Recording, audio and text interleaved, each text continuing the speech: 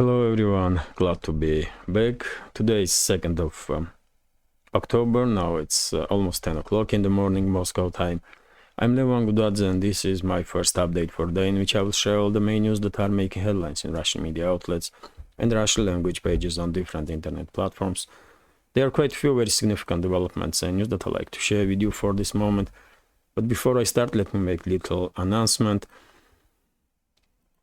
First of all, I'll remind you that yesterday I had a live stream, yesterday evening.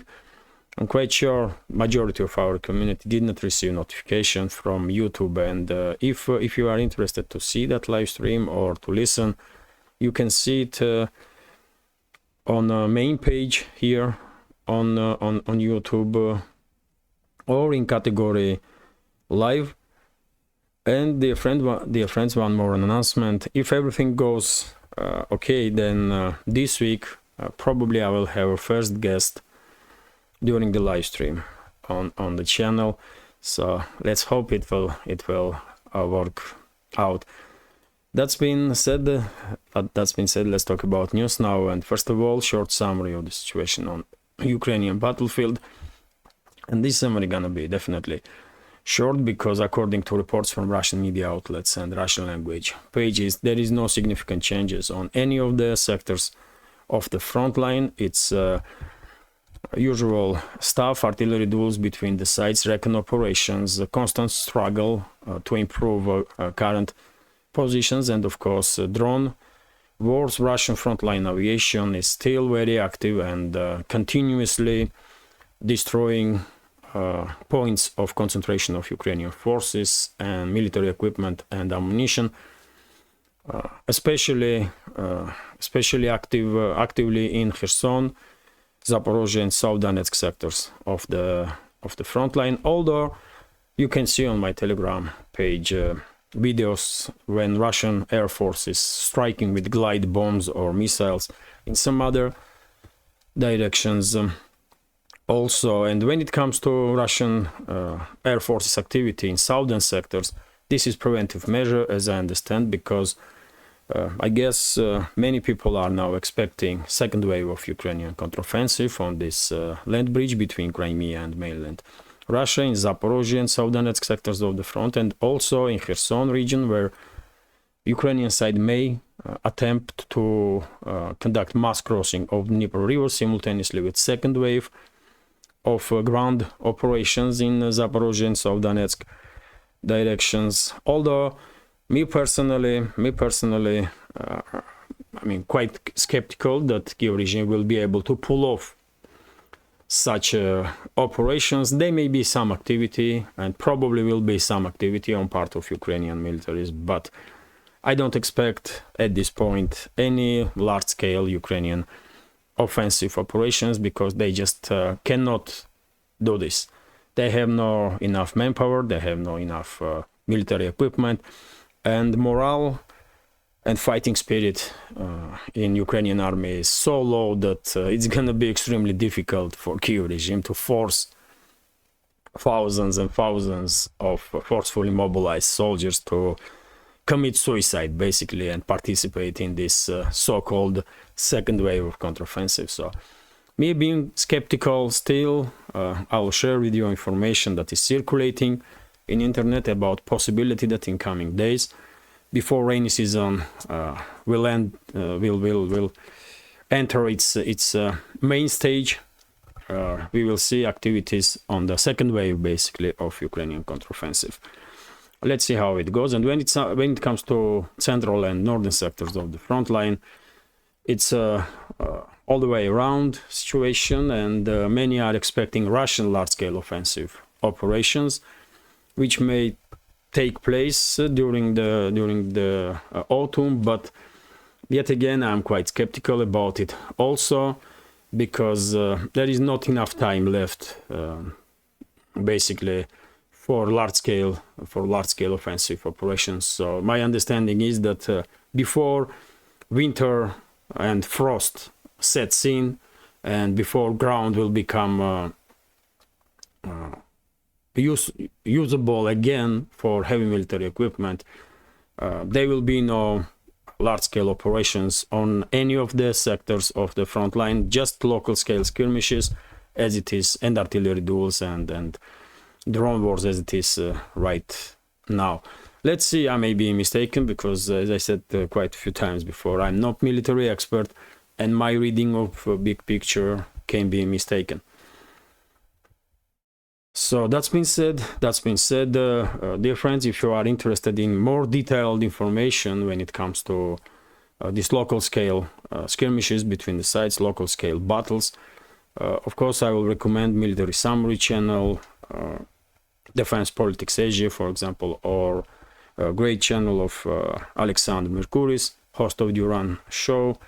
They do provide us with significant details of current situation on the front line, and not just, by the way, that they are providing us with much greater information on daily basis. And you can see links to those channels under this video in description box, in recommendation list, where many other great channels also are represented, links to those channels. That's been said, only one thing is to left when it comes to short summary of the situation on the battlefield, and this is a report about night strikes that Russian armed forces conducted against military and logistical infrastructure of Zelensky's regime. And according to reports that I see this morning, Russian armed forces conducted drone and missile strikes in direction of Kharkov, in direction of Sumy, Dnipropetrovsk, Zaporozhye, Kryvyi Rog, Nikolaev and Odessa, possibly some other areas. In some other areas, logistics and military infrastructure of Kiev regime was also targeted, and probably during the day we will learn some more about it. And of course I will share additional information on my Telegram page and in the next updates. That's been said. Well, it's time to go through some other news, and plenty of news, by the way, plenty of very interesting news. And before I start, let me remind you, if I may, that this project with several channels, including this one on YouTube, Rumble and Telegram, exists solely thanks to support of members of our community, and I will be immensely grateful if you will also consider to support my work with small donations through PayPal, Buy Me Coffee, or by subscribing to my Patreon page. You can see links under this video in description box or in the pinned comment. That's been said, let's talk about additional news, and we have RIA Novosti's report here, according to which in close vicinity of Artyomovsk or Bakhmut, two groups of Ukrainian military personnel surrendered to Russian side, which is at this point we can say is a trend on sectors, on all the sectors of the front line. Whenever Ukrainian forces, whenever Ukrainian military units, many of them have opportunity to lay down arms and surrender in safe manner, they are using this opportunity. And I remind you that a few days ago I did report that since the beginning of this so-called Ukrainian counteroffensive, which has ended, by the way, effectively ended at this point, that's how I see it anyway, ended miserably for Kiev regime and catastrophically for Ukrainian armed forces. But anyway, since the beginning of this so-called counteroffensive, up to 10,000 Ukrainian military personnel did made decision to lay down arms and surrender. This is reports that I see on Russian media. And also, by the way, interesting news that yesterday afternoon, Russian air defense systems shut down yet another Ukrainian Su-25 attack plane in Klishchevka area, which is southern flank of Bakhmut. During the previous days, there were some reports that Ukrainian forces are still trying to improve their positions in Klishchevka and Andreevka areas. They were trying to cross even railway that goes right next to these small villages, from whom basically almost nothing is left. They are almost completely destroyed. as a result of heavy fighting, and Russian side repel all the Ukrainian attacks, and seems like also Ukrainian attack plane was shut down, which was probably supporting this ground operations of Ukrainian military personnel. One may wonder how many planes Kyiv regime still has left.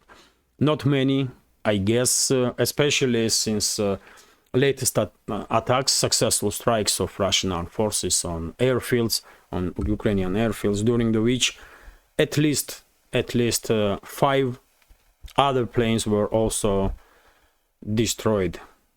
At this point, maybe Ukraine has 5 to 10 planes left, operational planes left, several Su-24s, Su-24 bombers, maybe 1 or 2 MiG-29 fighter jets, and also few Su-25 attack planes. And I guess it's only a matter of time when Russian intelligence will locate a pinpoint location of these planes, and then Russian Iskanders or some other missiles will take the job.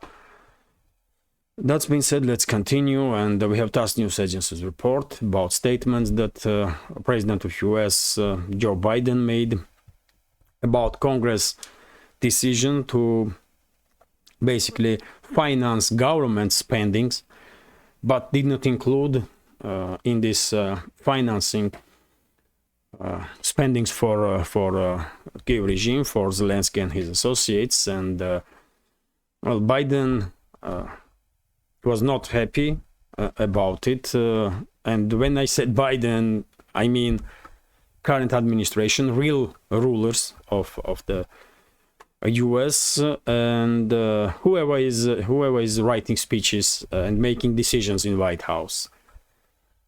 And Biden just repeats whatever he was told to say, and well, it seems like White House is not happy, and statements were made that US will still find the ways to finance Zelensky and his associates. And Biden even said that it's unacceptable. It's unacceptable if US lawmakers will in any way or shape or form will jeopardize financial and military support to Kyiv regime.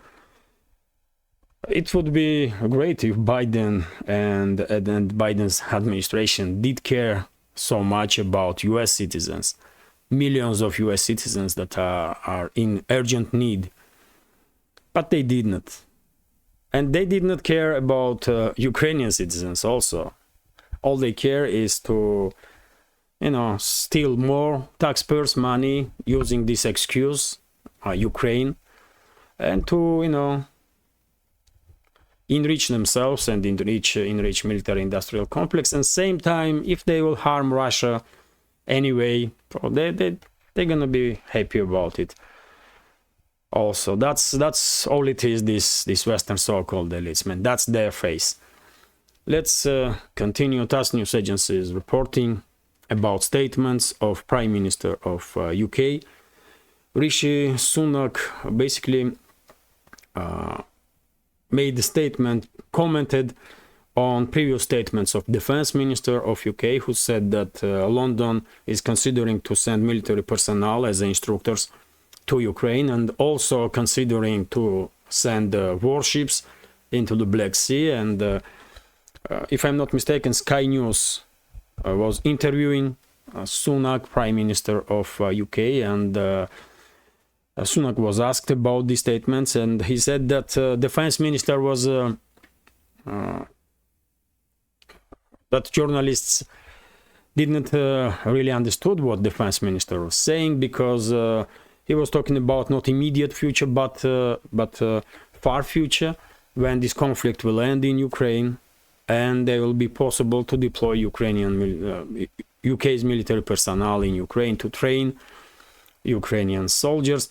This is a damage control mode, of course, on part of Sunak, because I'm quite sure not many people did like statements of UK's defense minister in UK itself, and also among NATO member states, because I don't think there is many people in the Western world who is very keen to end up in direct confrontation with Russia.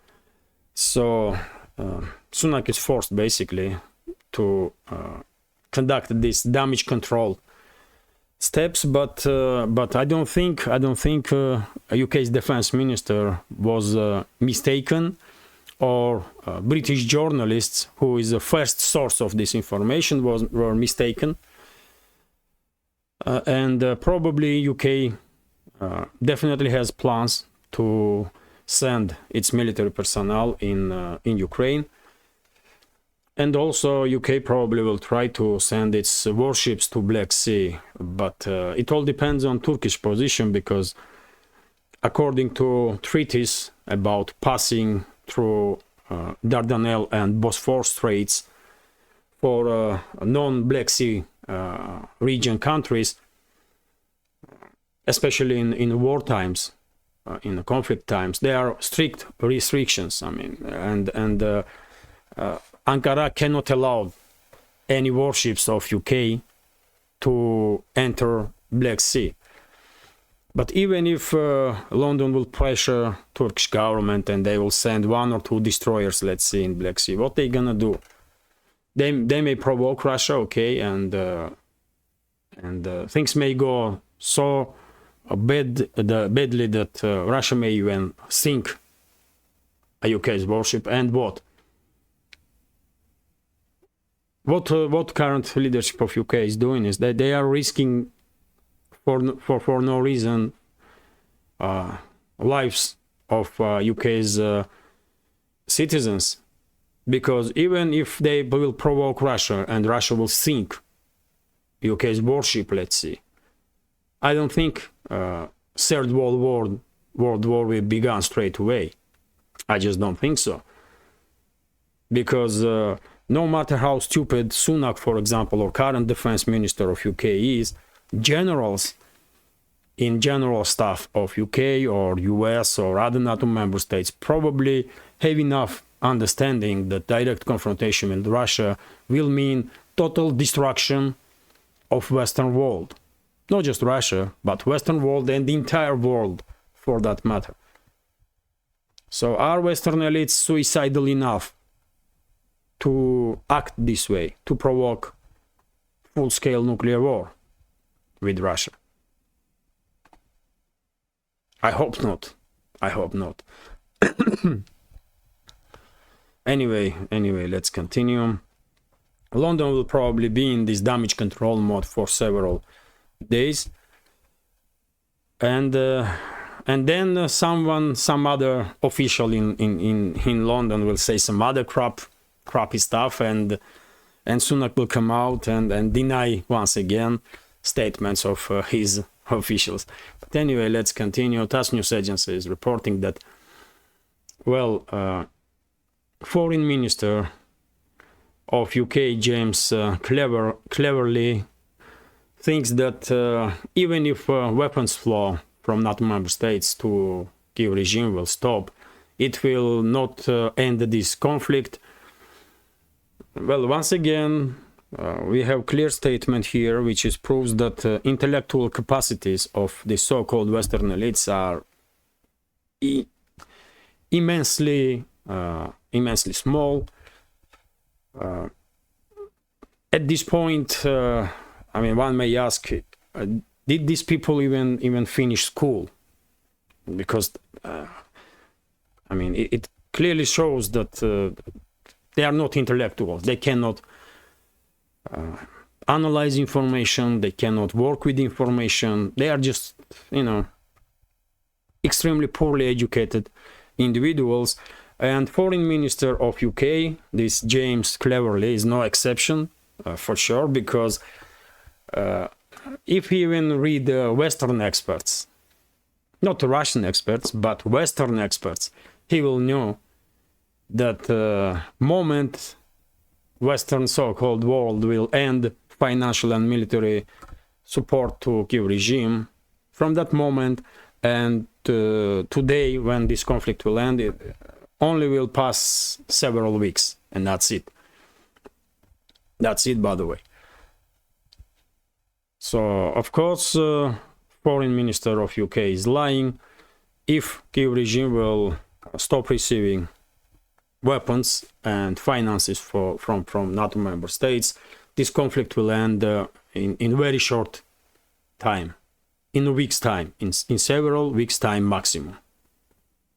That's it. But this is, once again, part of propaganda that, and the attempt to justify this constant flow of money and weapons to Ukraine. And by the way, another idiot from UK, which I love, by the way. I do have immense respect to UK. I used to live in England, by the way, and I have only great memories from UK. And that's why, for me personally, it's quite unpleasant when I see this level of deterioration of ruling class of UK.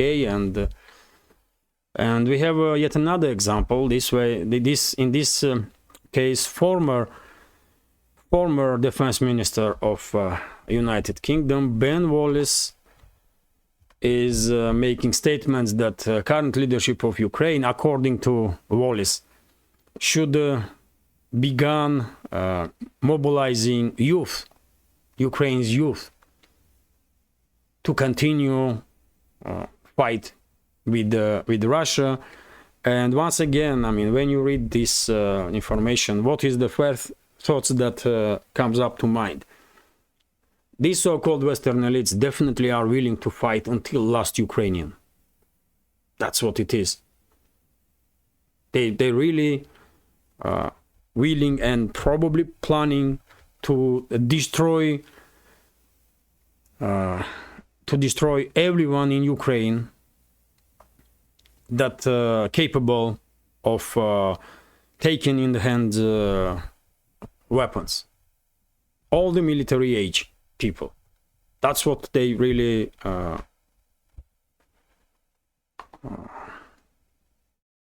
are for. That's what they are pushing for.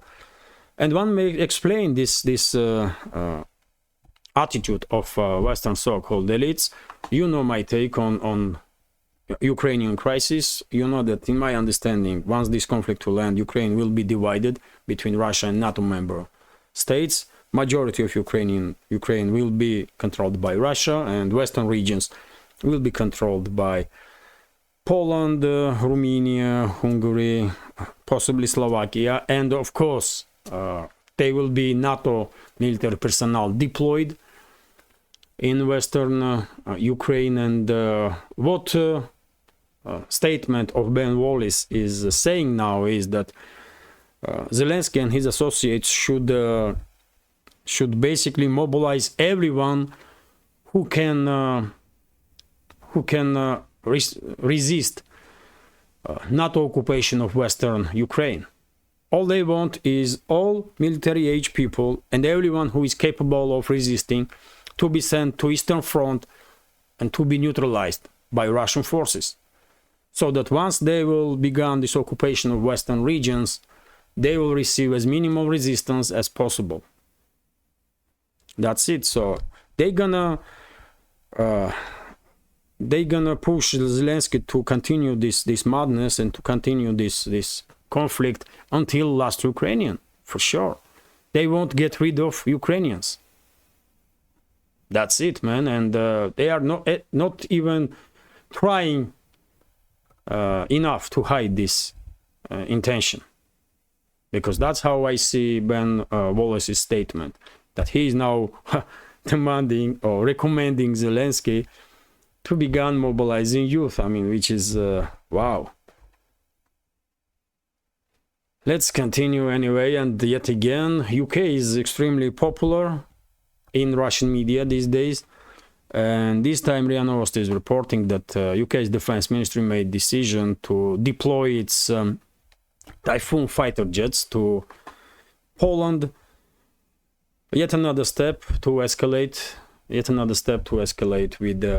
With Moscow, and in my understanding, deployment of UK's fighter jet may be one more indicator that intervention of NATO states, at least in the western Ukraine, is inevitable, and well, UK will also participate in this, quite sure, and they will, in parallel with the ground operation, of course, they will try to establish no-fly zone over the western regions, at least over the western regions of Ukraine, and for this they need fighter jets and their defense systems, and well, in coming days we will probably receive more and more information that one state or another is deploying their fighter jets and their defense systems in Poland, in Romania, possibly Slovakia. That's how it's gonna be, and this will definitely be indicator that moment is closing in when NATO member states will take action and enter western Ukraine. Let's continue. And TASS news agency is reporting that Borrell, formal leader of EU diplomacy, did made a statement that EU will continue to support Ukraine, to support Zelensky and his associates, really, because they are destroying Ukraine. But, well, according to Borrell, they will continue to provide financial and military support to Zelensky, even if US will stop doing this. No matter what will US do, and this was a reaction, as I understand, on decision of US lawmakers to prolong financing of US government, but did not including that financing package aid for Zelensky. Let's continue, and we have statement here, quite interesting statement from head of Bundestag's Defense Committee, Marie-Agnes Stark-Zimmermann, who said that Ukraine can use German missiles to attack Russia. And this person is she, I guess, and she is, of course, talking about Taurus long-range cruise missiles that Germany will probably deliver to Kyiv regime in foreseeable future. Maybe these weapons already are in Ukraine, and its only official announcement is left. Crazy statement that contradicts previous statements of leadership of Germany, when they said, including Chancellor of Germany, Scholz, when they were saying that weapons that are delivered to Zelensky and his associates will never be used on Russian soil. But we have statement of head of Bundestag is a parliament of Germany, by the way, and we have statement of head of Bundestag's Defense Committee, quite high-ranking official, one may say, and she's saying that Ukraine can use German missiles any way they like, really, including to attack Russia. Which is no surprise, of course. Zelensky and his associates are using all the weapons they have to attempt and strike deep inside Russian territory, and Taurus missiles would not be exception. But once these weapons will end up in Ukraine, because of the long range of Taurus, which is 500 kilometers, if I'm not mistaken, significantly longer than Storm Shadow or Scalp EG missiles that UK and France sent to Kiev, Moscow definitely will be forced to take actions to make sure that Kiev regime would not be able to strike deep inside Russian territory with this long-range missiles. And by the way, we have reaction of former Russian president and current deputy chairman of Russian Security Council, Dmitry Medvedev, on statements of defense minister of UK about sending military personnel in Ukraine and warships in the Black Sea. And he also reacted on statements of this head of German's Committee of Defense, Mari Agnes. And let me read a few sentences from Medvedev's statements. The conflict in Ukraine may lead to a World War III because of the idiots occupying leading roles in the West. Former Russian President Dmitry Medvedev has warned. The number of high-ranking morons is rising in NATO member states, he wrote on Telegram on Sunday. Medvedev, who currently serves as deputy head of Russian Security Council, was responding to statements from London and Berlin the previous day. So, who can disagree with Medvedev, by the way? You may like it or not, but that's reality, as it is. And, number of high-ranking morons is definitely rising in NATO member states, unfortunately. And eventually, these morons definitely may act in such a way or escalate in such a way that Moscow will be forced to respond with extreme force, and then whole hell may break out, and the world may end up on the brink of global devastation. And Medvedev is warning about it, that these idiots that are ruling and ruining Western world may provoke World War III, which is, once again, unfortunate reality that human civilization is living right now. But anyway, let's continue. How long is this update? 32 minutes. I will go through headlines at least. So, TASS news agency is reporting that Morawiecki, Prime Minister of Poland, Mateusz Morawiecki, once again made quite strong statements towards Kiev regime, and he said that in Kiev should be thankful and grateful, basically, for Polish support, and should never forget that it's Poland that receives millions of Ukrainian refugees, and therefore Kiev should never act against Poland together with Germany.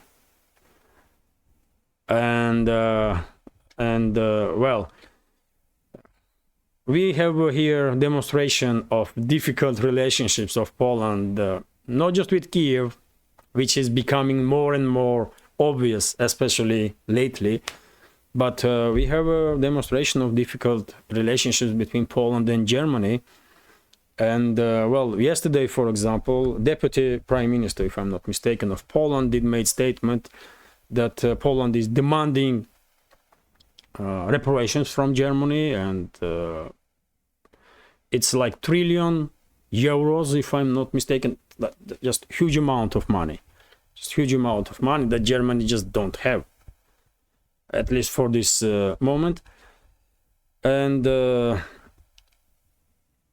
now we have a statement from Morawiecki, who is somewhat critical of Kiev regime, but same time he's attacking Germany also, because he's warning Kiev not to take Germany's position and not to act together with Germany against Poland. So there, by the way, that's why I said in my headlines in yesterday's live stream that NATO basically end up NATO lost. Let me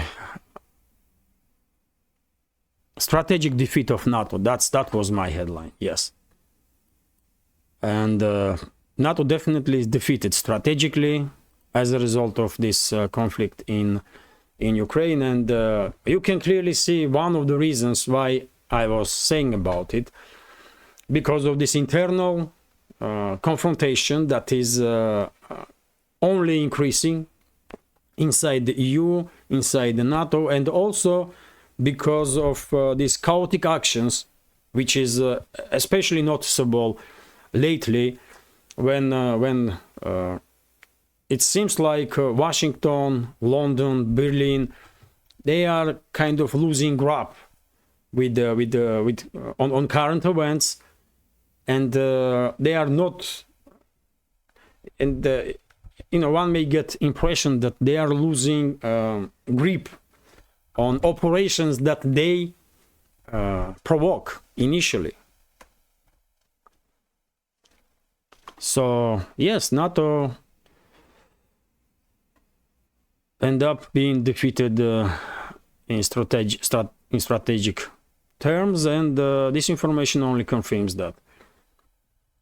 And let me continue. RIA Novosti is reporting that the party of ex-Prime Minister of Slovakia, under the name of Smer, definitely won parliamentary elections in Slovakia, receiving 22.94% of votes. During the elections, this party was against further involvement of Slovakia in this conflict in Ukraine, and they were basically saying, leaders of this party were saying that Slovakia should be first, and Slovakia has enough problems so that all the resources that Slovakia has should be directed on internal issues to be resolved. But we did see many times, by the way, that during the elections politicians are saying one stuff just to attract votes or voters, and once they are in power they are acting very different way. And prime example of it is current Prime Minister of Italy. I know many Eurosceptics had high hopes on current Italian Prime Minister when she was elected, and it did not take long before she did prove that she is just as a puppet of globalists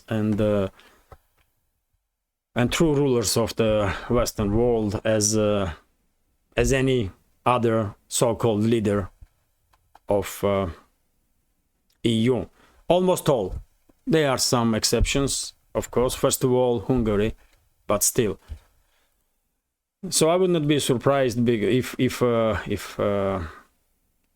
this party will continue exactly the same anti-Russian policies that Slovakia was conducting before this election. Let's continue now, and RIA Novosti is several news about economical development. And well, in 2030, Moscow-St. Petersburg high-speed railway will begin operating, and this high-speed network will allow people to travel from Moscow to St. Petersburg in 2 hours and 15 minutes, which is quite fast.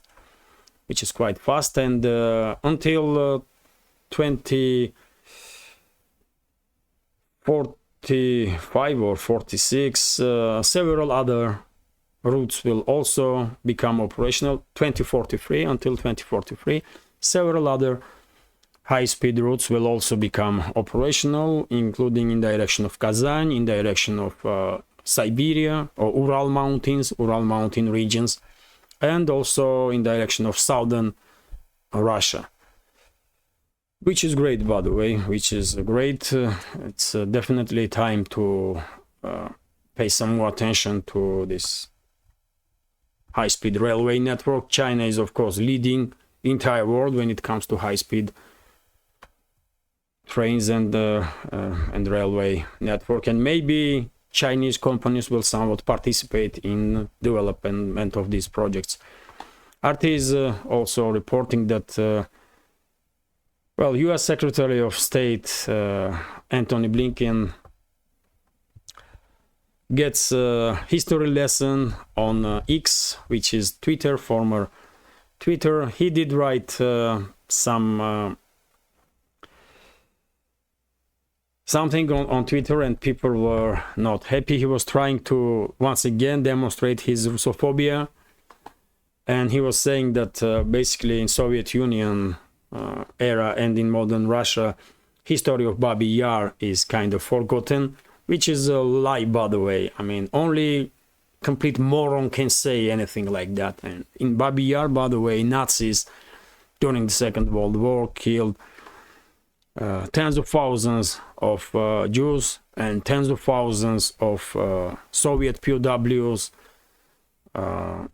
Romani people, and many others. And everyone knows about Babi Yar in Russia. Everyone who has more or less adequate level of education knows about it, and I don't even understand at this point who is giving this type of advices to these morons to write such crazy stuff, or to say such crazy stuff that they are coming up on daily basis. Really, we all understand that they hate Russia, they hate all Russians, they are extreme Russophobes.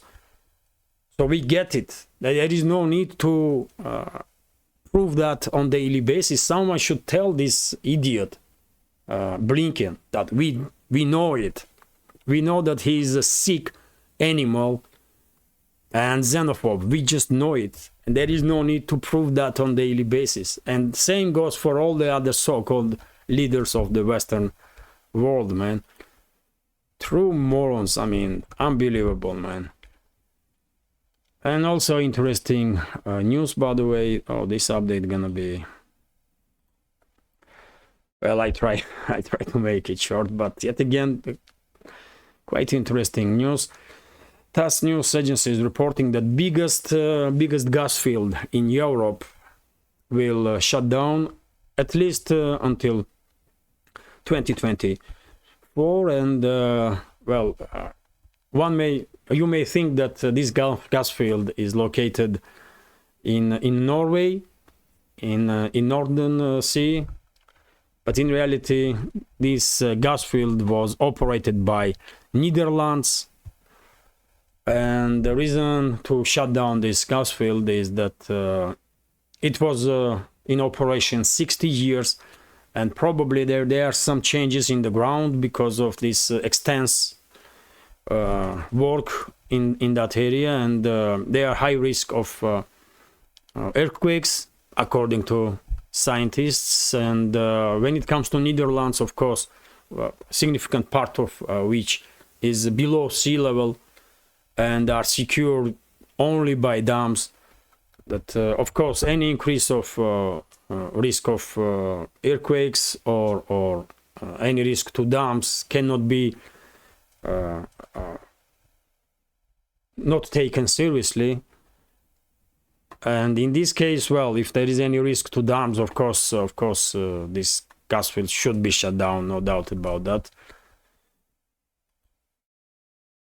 And which once again highlights needs of Europe in Russian gas, and which once again highlights how anti-European really these so-called EU leaders are, or EU member states leadership is, that they are destroying economies of their own countries, acting extremely aggressively towards Russia. And RT is also reporting that Russia cannot keep up with the inflow of Chinese imports. This is quite interesting news, by the way, because trade between Russia and China is increasing in such a rate that Russian logistical hubs find it difficult to keep up with so much goods moving around. And I guess it's only a matter of time when private sector and probably state also will begin to invest heavily in building additional logistical centers in in Russia to make sure that trade between Russia and China, trade between Russia and India, Indo-Pacific region in general, Africa, Latin America, will grow without any significant problems, especially technical problems, which is capacity of logistical centers. So if I was an investor, I will definitely invest in building up logistical hubs, because it does makes all the sense. And the RT is reporting that Russia boosts cross-border settlements in Chinese yuans, Chinese currency, and we are talking about not just trade between Russia and China, in which case it's quite understandable that Chinese yuan will be used, but Russia is increasing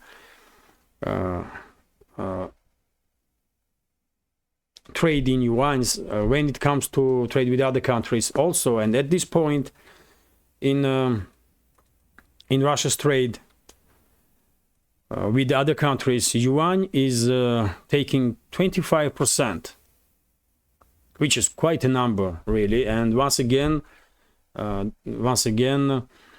demonstrates this inevitable trend when countries are moving away from US dollar and euro, not because they wanted to or they want to, but because they are forced to. And it's not just Russia. Many other countries also are forced to move away from Western currencies. And by the way, you may find this information also interesting. TASS News Agency is reporting that based on Forbes analytics, that French company Leroy Merlin is number one in Russia according to data for 2022 when it comes to profits. And well, I used to work for Leroy Merlin before I made decision to devote full time to this media project. And I do know that Leroy Merlin is a quite successful company in Russia, and very popular, very popular. So I'm not surprised at all. But yet again, despite the Western pressure, this information demonstrates that despite Western pressure, Western companies still are remaining on Russian market, and many of them are trying different ways to somehow avoid Western pressure and same time remain on Russian market. And Leroy Merlin is no exception, by the way. Russian part of Leroy Merlin is operating at this moment, or there will be changes made, and then Leroy Merlin will continue operations in Russia as a kind of independent company. But of course, it will be tied with Leroy Merlin, like many other companies are doing, by the way. Some are operating on the same name, some are creating some new brands to stay on Russian market, but that's how it is. That's how it is, despite claims from Western so-called elites that Russian economy is in tatters and nothing is working here no more, and you cannot buy bread in the shop, and some crazy stuff like that. In reality, the Russian economy is doing well enough so that Western companies are trying hard to remain on Russian market. And when it comes to Leroy Merlin, they made 529.7 billion rubles, which is, if we exchange, it's several $billion for sure, $5-7 billion, maybe more. But anyway, let me continue. Two more news, by the way, and this is it for today's first update. RT is reporting that Egypt is ramping up Russia's grain imports, which is quite understandable quite understandable. Egypt was one of the biggest buyers of Ukrainian grain, and now when this grain deal stopped working, Egypt is shifting its attention to Russian grain because it's just cheaper than, let's say, US grain.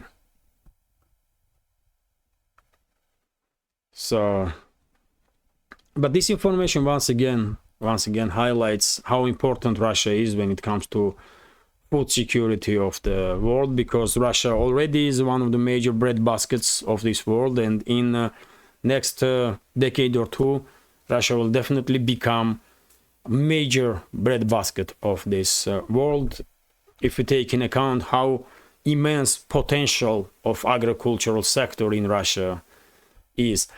And this is going to be last news for today's update. Also from Egypt, by the way, TASS News Agency is reporting that archaeologists in Egypt during some archaeological work did find hundreds of let me translate this, man. Let me translate this. So an archaeological expedition discovered hundreds of sealed vessels with wine aged about 5,000 years in the city of Abydos, located in the Sohar province south of Cairo. Can you imagine? Hundreds of sealed vessels, it's not bottles, something with wine that is 5,000 year old.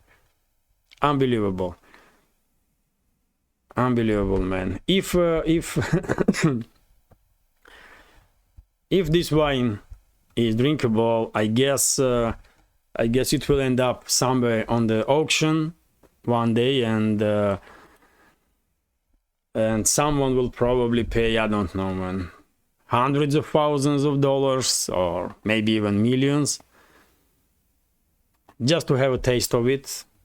Wine of 5,000 years. Unbelievable. But that's Egypt, by the way. That's Egypt, fascinating country with magnificent history and culture.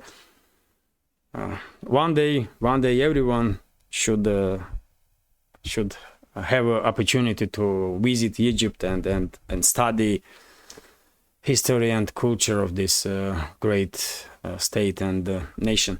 And of course, all the other states and nations are great, by the way. Of course, every state has a unique history, no doubt about that. And this is it. This is it when it comes to today's update. Hopefully you will find this video interesting, and if so, please click that like button and leave some commentary about any topic you like. More likes and comments supposed to help with extremely aggressive algorithm of the YouTube, and for very same reason, if you can, please share links to my videos or my channel with your friends on any platform that you are active on. This way I may have a little more chances to reach wider audience.